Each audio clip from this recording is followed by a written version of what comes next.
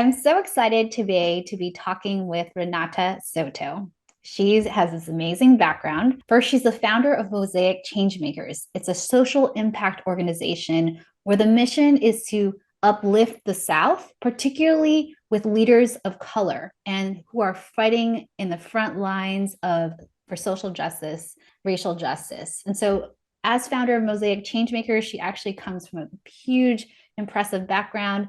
She's originally from Costa Rica and she spent in the South about 3 decades. So that's why she's really committed to supporting the South. She began her social impact career in Atlanta, also spent time in Nashville. Before Mosaic, she led Conexión Américas, which is a nonprofit she founded in 2002 to help with Tennessee's Latino community. And for her work there, she created different projects like the Casa Azafrán and Azafrán Park, which is these community development projects. And they've been recognized so much so that President Obama in 2014 visited one of the projects and he hosted a nationally televised town hall there.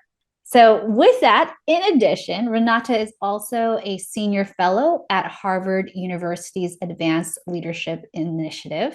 And she serves on the board of directors. She's currently the board chair of Unidos US Action Fund. She was the chair before that of Unidos US, the sister organization, which is the largest Latino civil rights organization. And just recently, this is just adding to how amazing Renata is, she was appointed by President Biden to the White House Advisory Commission on Educational Equity and Economic Opportunity for the Hispanic community. So Renata, with all of that, I am so excited for you to be here. There is so much that we are going to be learning and inspiring others. So thank you for being here. I'm so excited to be with you, Analiza. All right, Renata, I want to start with your upbringing. And I love how proud you are of coming from Costa Rica. And I want to just understand, how did this upbringing, your family, being from Costa Rica, influence your journey?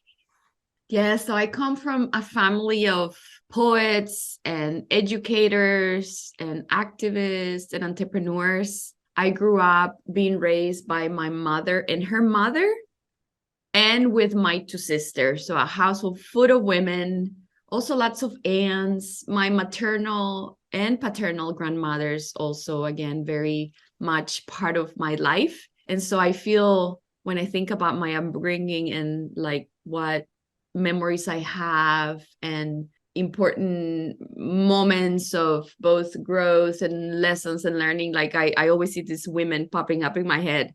My grandmother, my mom's mother, who lived with us all of her life and helped raise us while my mother was in college and working, grew up with she had only a fourth grade education, and she worked as a cook and domestic worker. By the time I came into the family life and my sisters, I'm the youngest of three, my grandmother was now with us, taking care of us. And it was through her support of my mother that she was able to go and start college when I was 5. So my mother and my father got married very young, right out of high school. My mom had the three of us by the time she was 23, a young mother. And she didn't pursue her dreams of going to college immediately because she became a young mom. But she always had this amazing thirst for knowledge, for writing. And, it took a few more years and maybe the path that you and I took to college. But it was such an important part of my sense of who we were and just the experiences that I was having, because my mother was going to college when I was 5.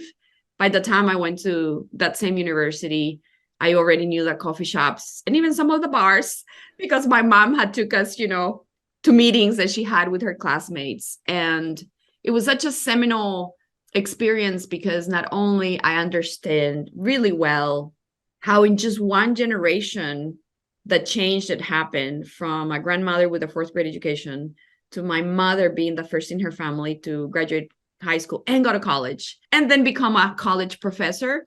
I mean, I know that there's not a thread that is not community support, family support, people, teachers that push my mom, a community, right? A community of family members. And so it's certainly, I never forget that, just 2 generations ago, I remember when my daughter was in 4th grade and she was writing, and I remember reading her writing, and I was thinking, oh my gosh, this is as far as my grandma went. Like, this is it. Like, when my daughter at this age, this is no more schooling for her.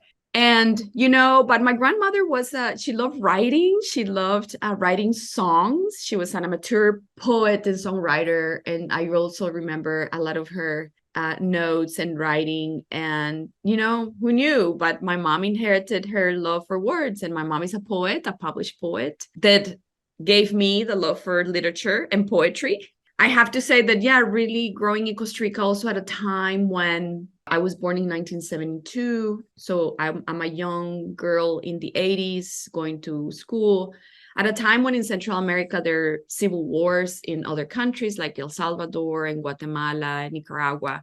And Costa Rica was the receiving country for many families looking for a place of safety and hope. My mother was very involved in the solidarity movement of other Central American countries. And so my house, all of a sudden, at some point, we would have a family that would come and stay with us for like a week. And let me say, our house was very tiny.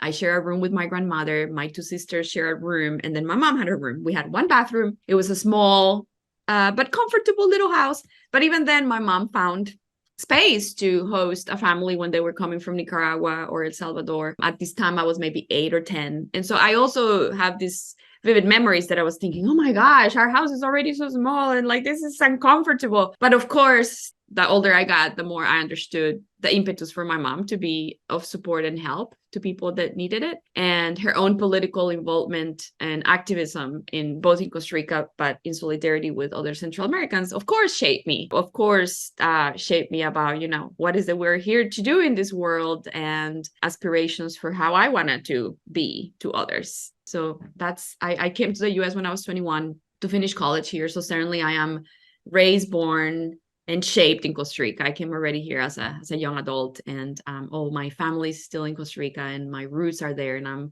totally connected to where I come from and the people that I come from.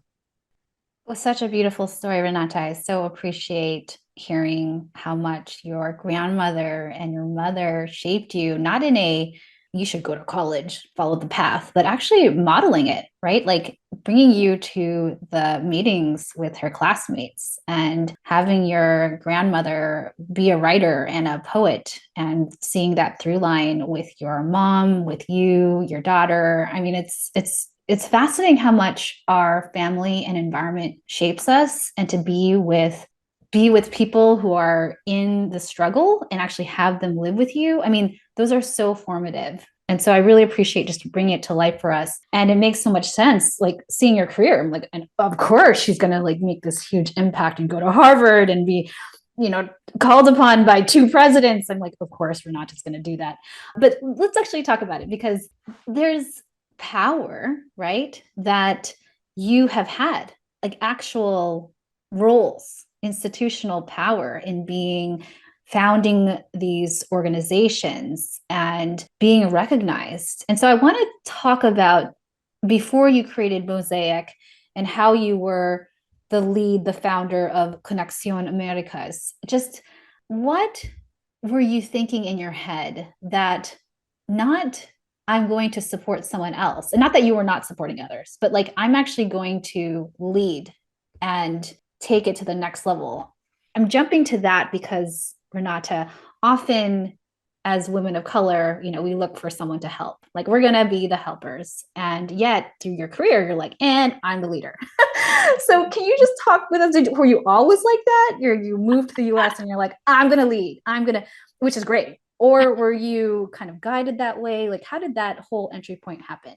Yeah, that's an interesting question. Like I think when I was in school, in middle school and high school, some of my teachers and my mom thought I was going to become a lawyer and run for office, in part because I was always engaged in organizing. I was the only organizer, but I was part of the organizing students when we were wanted to complain about something. We wanted to do something better in our high school because what the nuns were asking us to do didn't make any sense.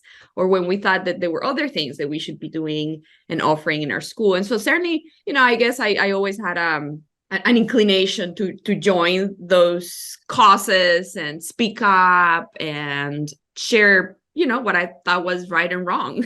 And so I think that certainly, it's interesting to think how if that's your inclination, the inputs that you get then help you see. Because I'm thinking now that you're asking me, well, I did get encouragement from teachers to sort of lean on that, right? Like if I think of all the ways in which they encouraged that actually sharing my voice and organizing these things was seen as a positive trait. So I think that that's maybe where it also begins. But certainly my mom also, right? Like supporting my running for school government in school and all those. So I think it certainly matters that at an early age, I had really great teachers and at home that supported my impetus to like be part of those conversations, right? And making things happen in whatever small or big way. And so I think that by the time, I'm in the US and I studied to be a journalist, I want to be a reporter. I also love writing. And here in the US, I felt like I didn't have the licenses that I have in my native language. So I totally block out the notion that I would be a reporter because I'm like, no, I can't. Like English is not my thing. I'm still learning it, right? And so I decided, well, there's other things that I can do. I love journalism because of its public interest profession, right? So I knew that I wanted to do something that was, in a very cliche way, doing something good for the world. I wanted to leave it better than I found it, right? And so I found myself actually by chance going to work at this organization in Atlanta right after college called the Latin American Association, where I was their first communications person. So I channel my communications degree into more like public relations and telling the story of this organization and the families and the immigrant families that it served. And that really was my entry into nonprofit in the US. And at that point, I had chosen my husband and I knew life was going to be here at least for so many years. And I thought that this was a really great way to actually segue or channel my desire to do something good and working with immigrant families coming from Latin America in the US. I speak Spanish, I speak English. I have other opportunities that I can learn more, and this is what I can do. And so I decided that nonprofit work was where I could channel all of that. And I ended up first in Nashville. My husband's job brought us here. And I worked at United Way for 5.5 years. And that job really gave me this whole sort of master education on nonprofit, right? From volunteer management to grant making and writing proposals and just like how nonprofits are governed and all the philanthropic sector of like how organizations are funded. And it was during that time that I also, because I was not working with the Latino community directly in any way, I connected with these other women that also had interest in doing something with the Latino community, which was just starting to flourish in Nashville. And we ended up co-hosting a radio show once a week in the first language, Spanish language radio station here in Nashville. And it was a weekly endeavor that we did for 5 years. It was called El Café de las Siete, Coffee at 7. It was every Tuesday at 7 p.m. And I guess I channeled my journalistic desires there too. But it was through that show we invited someone from the health department in the city, from other nonprofits that were starting to try to reach out to the Latino community, to lawyers, especially immigration lawyers, always super popular because it was a talk show. So we would interview the guests and then we would open the line for people to call. Immigration lawyers were always the most popular.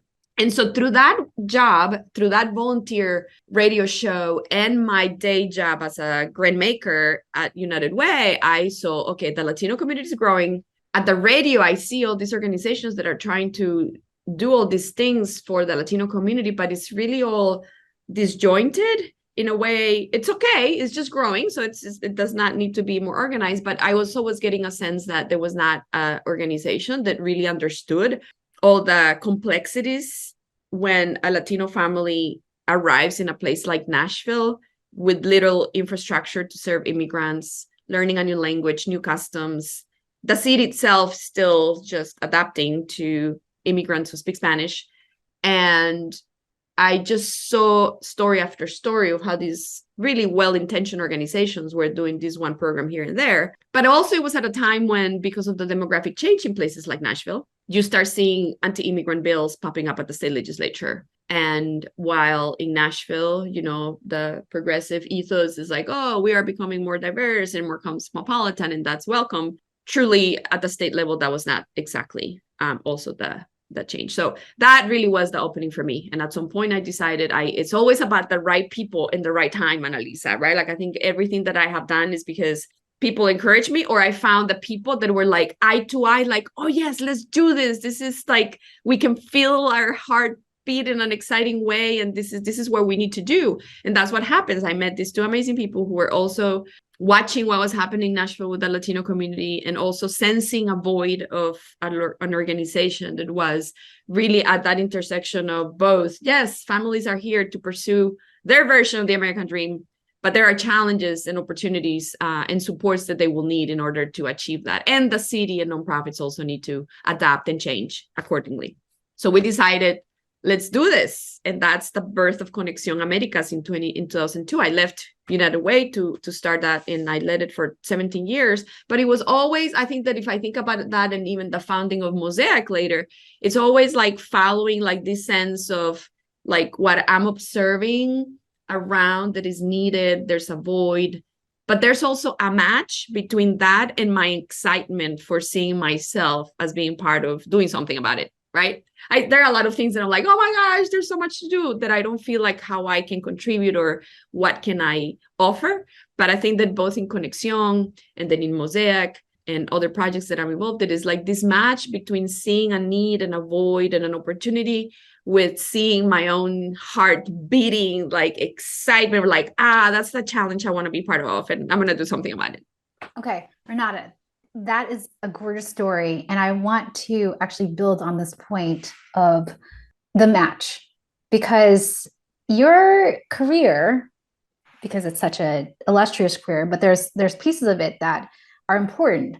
This love, innate love and interest and talent for speaking up on behalf of people. When you think things are not right, let's actually go and speak up. So you're naturally inclined to actually speak out, be in front, question authority, rally people. Second, there's this sense of, how do I use my talents for the greater good? And you had that influence from your family, from the social justice movements that were happening in Central America, across Latin America.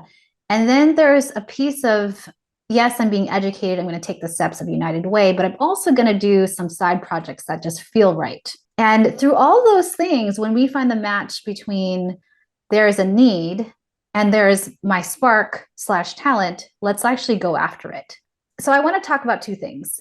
First, let's talk about your jump into it, because often, right, we meet others who are inspired. They talk, oh, let's talk some more, and they don't actually take the jump. So can you talk through that, Renata? Are you just a jumper in general, or do you follow a process? And it's okay if you're a jumper in general. That is totally fine. But just like, what actually has you make the jump to say, okay, if it's a community need, it fits my talents. Is there anything else, like money? I mean, actually talk through that, because I want to talk about the leap. Like, is it a leap of complete faith? Like, what more is there?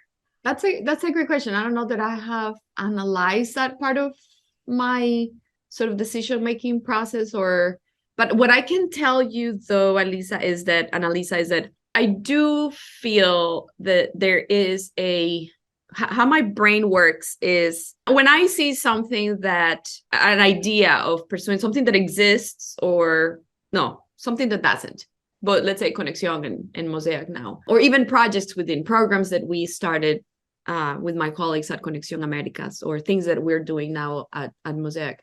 I can tell you that there's always this sense of, I think that what I do is that if I see an idea, could be mine or somebody else's, and I believe there's value and there's something there to like unleash and explore, I don't allow all the information that we don't have about it to be what stops me from encouraging others to pursue it. Like I actually very comfortable in the uncertainty of all those questions of how we're going to get there, because I see that there it's actually very exciting and beautiful. And oh yeah, it might be complicated, and where are the resources gonna come from, and who else, and we really need this group of people engaged, and if they're not here, this is not gonna work. But I don't let all of those, but if this doesn't happen, or if these people are not with us, or if these resources not are at the table, I don't let that stop me from even exploring and admiring the idea a little bit longer. And I think that in doing that is, of course, this is to say that there have been things that just don't go further, because at some point you realize, yeah, there's more barriers for this to happen. But I think that is this sense of being comfortable with the inquiry of, oh, let's try to get there, right? Let's do this thing. And yes, we're going to have to recruit all of these other resources, all of these other people, all of these other talents. We're going to have to answer all these questions. But I feel that in when I encourage other people to pursue ideas that they have about things that they want to start or improve or grow, that is often that we think of all the things that we would have to have in order for something to work. And I think that I allow myself to really explore that vision of the future and like be so excited about it that it is sort of the energy and force that takes me to say, I'm going to take the risk that we're going to go for it. And along the way, we will figure it out. Right. And it's going to take time, and it's going to take other people, and it's going to take other people believing in it, just like I do. But okay, I am up for the challenge. Does that make sense? Totally. I mean, I want to actually codify it. Renata, it's this: first, I see a need, and there's an idea to fill the need. It doesn't have to be my idea. It could be someone else's idea, but there is a need, there's an idea. So there's the first, and I'm very excited about it. Second is like, I have a vision, right? I have a belief, I have a dream that we can do this. And there's this like excitement, dream, this motivation propelling you. Third is, yes, it's not actually going to be spelled out. In fact, it's by design going to have lots of gray. And I'm going to embrace that and know that.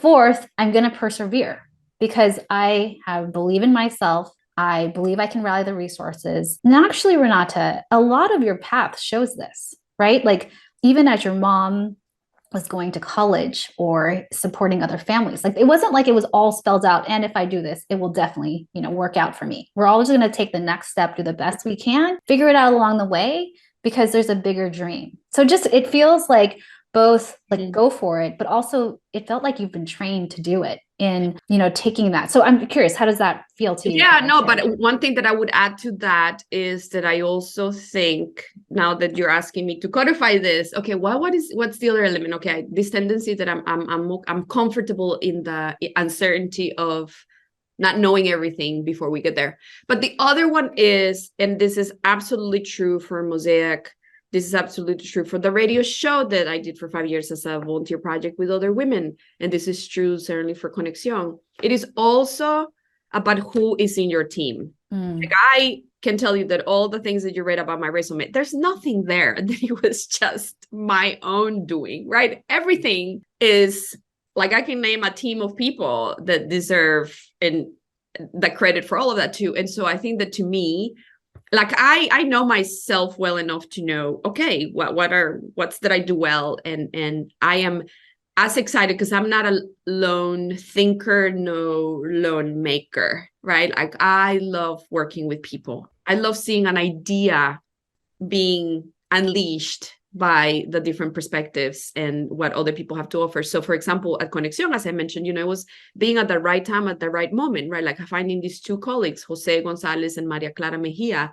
And we were so different. We all brought, one was a business person, finance person. The other one was an anthropologist, and me. I don't know what it was, the nonprofit, sort of person that knows how the nonprofits work. And we had such distinct ways of thinking and certainly experiences that we brought. And it was such a beautiful team, right? Like how we, each of us, help grow Conexión into what it became. And then later, the people that we brought into the team, two of those who are now the co-executive directors, Tara Lenz and Marta Silva, right? Like when I think about all the ways in which like they're now growing this thing that we founded almost 20 years ago. And then with Mosaic is the same. It was probably a project that was more self sort of incubating for a while in my head and in right like and other people supported, but really not until 2021 I was able to bring a partner, Tasneem Grace. And I can tell you that like part of my excitement and my excitement for what is possible in Mosaic is because what I see that she sees, right? Like at all the amazing growth and not numeric growth, but like this idea and how we can support other leaders of color in the ways in which our curriculum and our design can even be more reflective of our own values and the world that we're trying to be like. So I think that to me, the other very, very important piece is like, who is in your team? And like that is a thread in my life too. Like I always have seeked to be with and partner with and collaborate with and create with and mess with, and take risks and mistakes and takes backs and, forward with people whose values are aligned with mine, whose vision of the world aligns with mine, but whose gifts are so different that they take my ideas or our ideas to places I would never imagine. Renata, I love how you emphasize community because, again, that's a theme throughout your life, being with your family, speaking up for others, working with, even as you did the radio station, it was like with other people. And so I thank you for emphasizing that it's who you're with. And actually, it is going to be a diverse team. They're not all the same Renata replicated, right? They're very diverse, which That would brings be both. terrible. Which brings both a ton of upside because you're different talents, but also challenges because you're very different. And so I want to talk, Renata, pivot a little bit because in these leader roles, you're the face, right? In general, we're talking about advocating for your mission. You're talking to presidents here.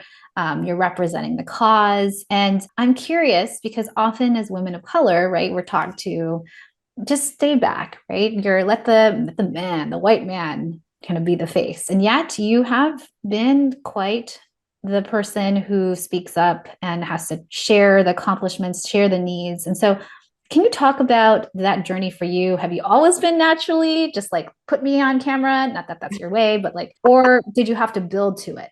That's interesting. Like I don't know that I'm certainly an extrovert, and I never felt uncomfortable sort of, in a group, again, taking my space, I guess, in a way. And maybe again, I came here when I was 21. And so even the notion of being othered as a woman of color, right? Like it's a notion of, right, like the US construct is different than my upbringing in Costa Rica.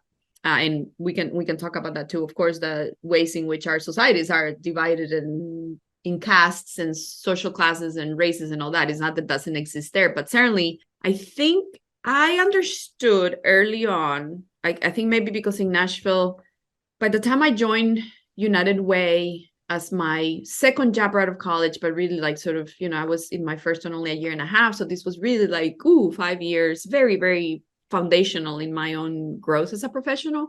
I was one of the first person that many of my colleagues met who spoke English with an accent. And I sort of very clearly understood like, oh, okay, like the context in which I was in Nashville, right? Like what is this society? What is the demographic context? What is the city? And I think that I was supported. I mean, I of course also had my stories of feeling like, that somebody would profile me because my accent and my youth and other stuff, right? That I also had to learn how to not let those instances like bring me down. But I think that at some point I understood that I was one of the first Latinas or Latinos in general in some tables, the first professional sort of interaction for some people in some of those conversations, either in nonprofits and grant making and I understood the danger of everybody else seeing me as a representative of an entire community, right? I was like, oh my gosh, this is like so bad. But I also understood, okay, there's a danger in me believing that I am a representative of a whole community. But also there would be a missed opportunity if I don't understand that I am at that table and other people are not. So I'm going to approach this owning that I am the only one here and that I have great responsibility. Like I feel the weight of that responsibility, not only to make sure that it counts that I'm at the table, that my one voice counts, right? And therefore that I am prepared, that I am, here sharing honestly and of course being politically savvy so that I was building bridges and all those kinds of things. And so, but I think I always also understood that part of my role was precisely for people to understand that I didn't represent the whole community, right? Like that there was a whole, that my experience, and of course that I could speak to the experience of some of the Latino members of our community because of my radio show, later, of course, because of my work at Conexión, but that I was not that experience, right? And then I think that this is to say, Analiza, that having both the recognition, I am gonna be owning that I have this place. I wish more people like me had it. I'm gonna reject the assumption that I'm the representative, but I am going to own that I'm sitting at this table and I'm going to do it with great responsibility. And I want to make sure that I do that with the humility that it deserves, which is my voice, my opinion, my experience could be a window, but it is not all. And that I needed to bring more people along, right? Like, and so I think I never shied away from, okay, I'm going to be the spokesperson for this. But I always made sure that I was keeping in line the message also that I was not the representative. And I think that to me, what has been beautiful to see in Conexión and now at Mosaic is also that, to your point, like, I think that part of the work of leadership is precisely to not only once that you create those spaces, you own them with, unapologetically your sense of, yeah, I can be here because I have something to say, I have something to offer.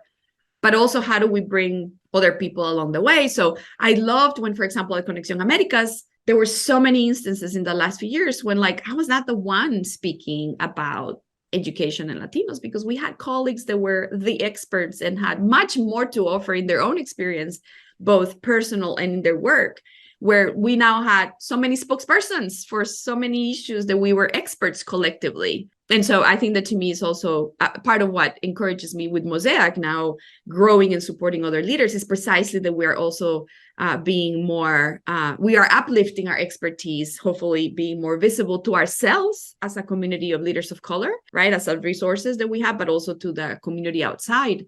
And that there's not one single story for any community, and there's not one single leader that represents an entire community. And that's certainly part of why I'm excited about Mosaic, because I think that we do need to have in our leadership ranks at all levels, in organizations, in public institutions, in philanthropy, in business, right? Like many more of us occupying that space in a way that we own it and that we bring other people along with us.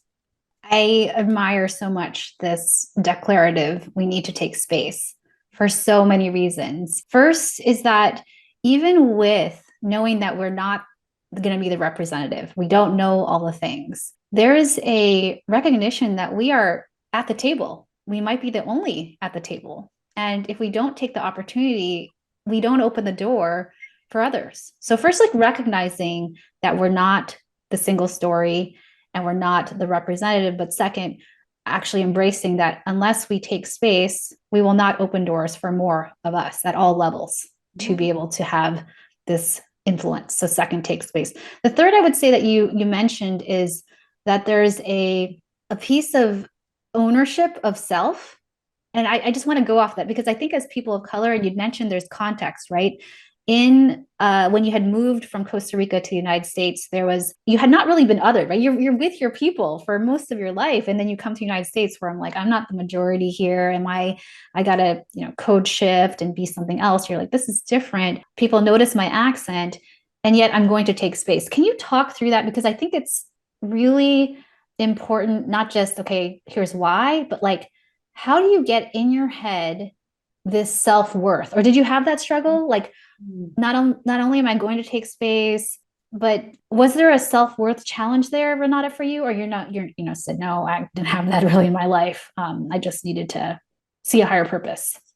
Yeah, no, I mean, of course, I mean, I'm certainly like all of us, have insecurities and like, oh my gosh, this is over my head, or do I really belong here? Why, like, I think that just as I talked about being with the right people, like bringing the right people to the ideas that you want to pursue and the world that you want to create, I think that also goes the other way. How do we try to recognize the people that can mentor us and that sees all of our worth and our value, right? And so I think that I'm thinking specifically at United Way, again, young professional, and I just had these two women at United Way that were really supportive, that saw me as the young, newbie, just, fresh out of college kind of thing.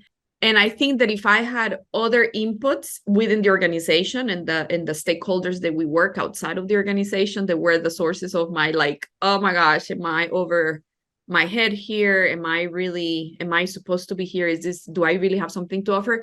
I also had these two women within the organization that were supportive, encouraging, mentoring me, teaching me, right? I mean, like, yeah, like there were so many things that I didn't know. And so I think that it is also, Analiza, how do we see in the spaces where we are who those people are? Because we can let those other voices, our own, be amplified, like our own voices of insecurities and like shrinking because of the inputs that we are letting in, right? And so I think that, to me, maybe a protective way of fight those thoughts and forces is letting in the energy and the mentorship and the humanity of these two other women who were giving me all this, and that's maybe where I channel my focus, right? And so that didn't let me shrink when maybe I would have tended to. I love that you brought in community again, Renata, seeing maybe if you couldn't see it yourself, you had people around you who could see that in you and uplift you, which is so much why you started Mosaic Changemakers, to uplift all, and that together as a community, we can help remind ourselves of our worth, our value. We might not see it yet, but together we can be even stronger. So that's so beautiful. And Renata, with that, let's go to lightning round questions. Are you ready? Yes. Okay. Chocolate or vanilla? Chocolate. Cooking or takeout? Oh, cooking. I love cooking. Yes. Would you climb a mountain or rather jump from a plane? Oh my gosh, a mountain. You will never see me climbing from a plane. That terrifies me. I have vertigo. No. Have you ever worn socks with sandals? No, I will not ever do that either. How would you rate your karaoke skills on a scale of 1 to 10, 10 being Mariah Carey? Oh my goodness. See, this is where, like, you want to talk about that, not my talent. I am a -2. I actually have a story at Conexión Américas one time here at my house. I hosted a little party for our team, and somebody brought a karaoke machine, and it was so much fun. I had the lowest score. That's what I'm gonna say. Not a good day, but yeah. Renata, what's a recent book you read? The most recent book. Oh, can I know that you're gonna like, you're doing that, but like, I'm reading Native America to Inspire Us by Analiza Quiroz-Wolf and her son Bryson Quiroz-Wolf. And I'm also reading right now The Persuaders by Anand Girindaras, and it's one of the readings for December for our Mosaic Fellowship cohort. So I'm very excited. Yes. Thanks, Renata. Renata, what's your favorite way to practice self-care? I love to dance, and I wish I did it more often. What's a good professional development you've done? Ooh, with you, Analiza, moderator training at the Pahara Institute to really hone in our skills on how to moderate conversations of depth and introspection and vision in a participatory way where every voice is counted and valued and admired. I hope to do it with you again. So that was really such a gift. What's your definition of a boss mama? Ooh, the definition of a boss mama is, the boss mama who is as comfortable in her high heels as she is running the marathon in tennis shoes that are falling apart because it's been a long, long run of difficulty and perseverance. What advice would you give your younger self? I would tell my younger self to continue embrace the taking risk, but also maybe sometimes bring even more people along the way for that. Just invite others more into that risk taking, into like, oh, what if? Let's speak what's around the corner. Renata, where can we find you, like LinkedIn, or do you have any other social media? Yeah, LinkedIn and Instagram. I just got off Twitter. I decided I'm not gonna be part of supporting plutocrats. And just 3 days ago, I deactivated my account, which actually, because I was kind of active in Twitter. So LinkedIn is probably the best. I'm rarely on Facebook, if any. So LinkedIn and Instagram, Renata Soto, TN.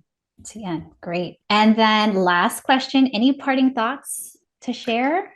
Well, first of all, thank you for your great questions. You invited me to think about sometimes things that I have not even paused to reflect on, and it's great. I appreciate your beautiful questions and your reflection back to me. I can't wait to do this. I want to ask those questions. I want to hear about Analiza's leadership journey. So thank you so much. It's been great being with you. Thank you, Renata. Really appreciate you.